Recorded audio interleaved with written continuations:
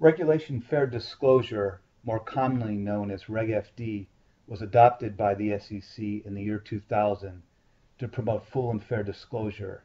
In other words, companies are not allowed to give selective disclosure of material non-public information.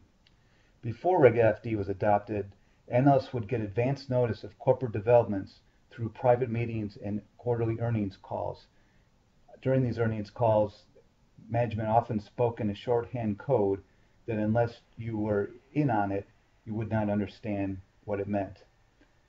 Understandably, institutional investors fought the SEC's adoption of Reg FD because they didn't want this motherlode to end. Note that Reg FD didn't change the duty to disclose, so absent special circumstances, companies still control when they make a disclosure. But it did change corporate practices.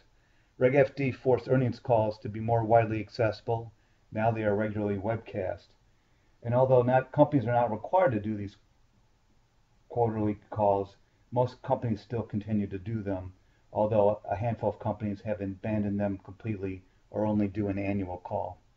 Reg FD clearly has reduced the number of one-on-one meetings between analysts and senior managers, and I have a separate video about private meetings in Reg FD. Still, you're allowed to communicate with analysts on immaterial matters, even if that immaterial matter happens to be the last piece of mosaic which the analysts then use to understand something material. Obviously, this also changed how analysts work. They really need to do their homework now. They are no longer spoon-fed scoops from management.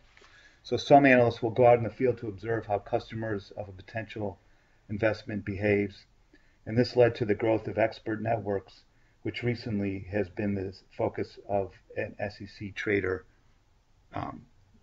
investigations.